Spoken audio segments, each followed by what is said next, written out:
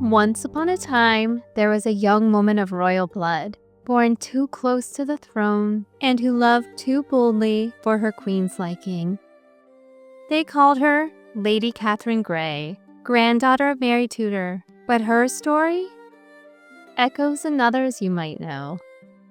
She was the girl in the tower, the prisoner with red gold hair, the one whose forbidden love changed the line of England itself. This is the story of the Tudor Rapunzel. Once upon a time, in a kingdom ruled by a virgin queen, where power was sharper than any blade, there lived a young woman of royal blood. Her name was Lady Katherine Grey, though in whispered stories that followed, they called her Rapunzel. Her hair was red gold like dawn over the Thames. Her birth both blessing and burden. She was granddaughter of Mary Tudor, sister to the tragic Lady Jane Grey. And so she learned early that a Tudor's crown could dazzle and destroy. When Queen Elizabeth I took the throne in 1558, Catherine was a young woman, graceful, and dangerous only by inheritance. Her sister's execution had left her cautious, but the court was quick to notice the girl whose blood tied her closest to the throne. She served quietly among the ladies of honor, under the watchful gaze of a queen determined never to share her crown or her legacy.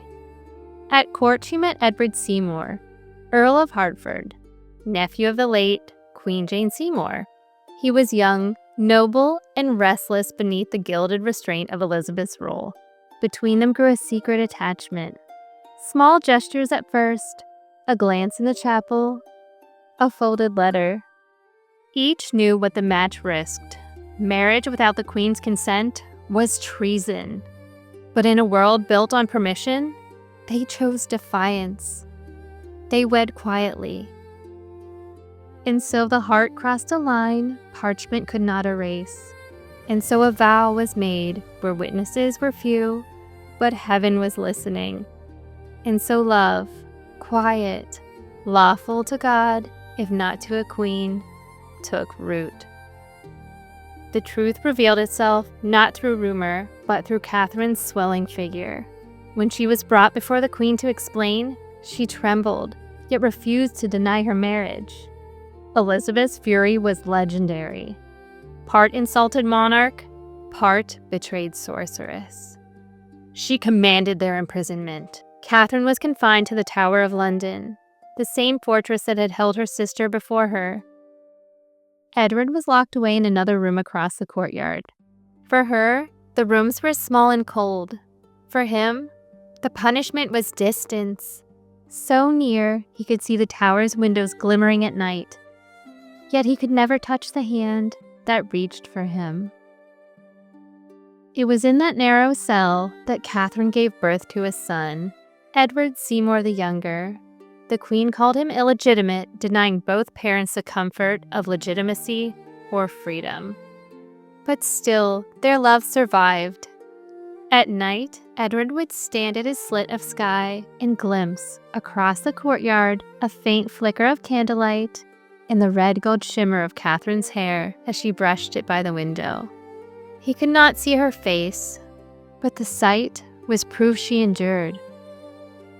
And so Rapunzel's tower leaned closer to listen, and so the moon kept their counsel, and so love survived what law required. Finally, they found moments of joy.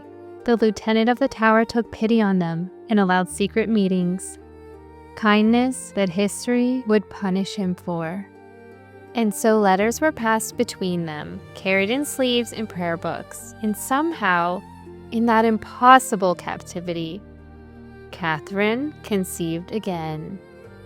Her second son was born in 1563. When news reached the Queen, mercy turned to iron. Catherine was moved to the house of Sir John Wentworth in Suffolk. Edward to the home of Sir Owen Hopton, far away. When she left the tower, She had been separated from her first son. Her health began to fail. Isolation does what blades cannot. Still, she wrote to the queen, pleading not for freedom, but for her children's honor. No reply came, and so the letters grew shorter, and so the candlelight thinned.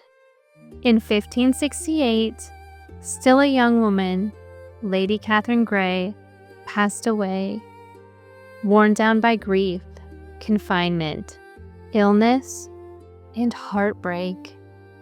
She was buried quietly, without royal ceremony, her name half forgotten, yet her husband outlived her, keeping their marriage papers and their sons' portraits as proof of what had been real. Years later, time softened what power had declared impossible. Both of Catherine's sons, Edward and Thomas, were legally recognized as the legitimate heirs of their parents' marriage.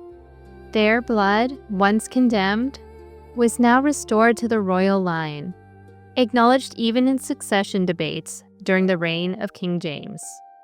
And so the prince saw again through his son's vindication, and so the light returned to the name once dimmed. Their love lived on through their sons. They say that on misted nights, a candle still flickers in one high window of the tower, and a glint of red gold gleams against the stone.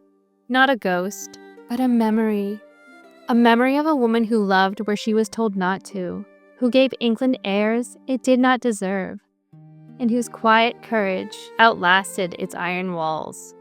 Once upon a time they called her Rapunzel, but history remembers her as Lady Katherine Grey, the maiden whose tower became a womb of truth, whose tears bought a future her eyes would never see, and whose sons reclaimed the sight the world had stolen. And so the tale of Rapunzel became history, not of witches and hair and hopeless towers, but of power, love, true love, and the peril of being born royal. And so the tower grew colder, yet her light remains. Thank you for watching Meet the Muse, where history and legend intertwine. If you enjoyed this story, where Rapunzel's tower stands in Tudor stone, subscribe and share it with someone who loves the hidden side of history. Don't forget to like this video as well. This is a new channel, and every like, comment, and subscription helps me reach more Tudor fans like you. Because every myth begins with a memory, and every queen, every prisoner, every muse still has a story to tell. Check out the retelling of Bluebeard through Henry VIII and his 6 wives, or, if you like to go further back in time, follow Elizabeth Woodville as she outwits Rumpelstiltskin.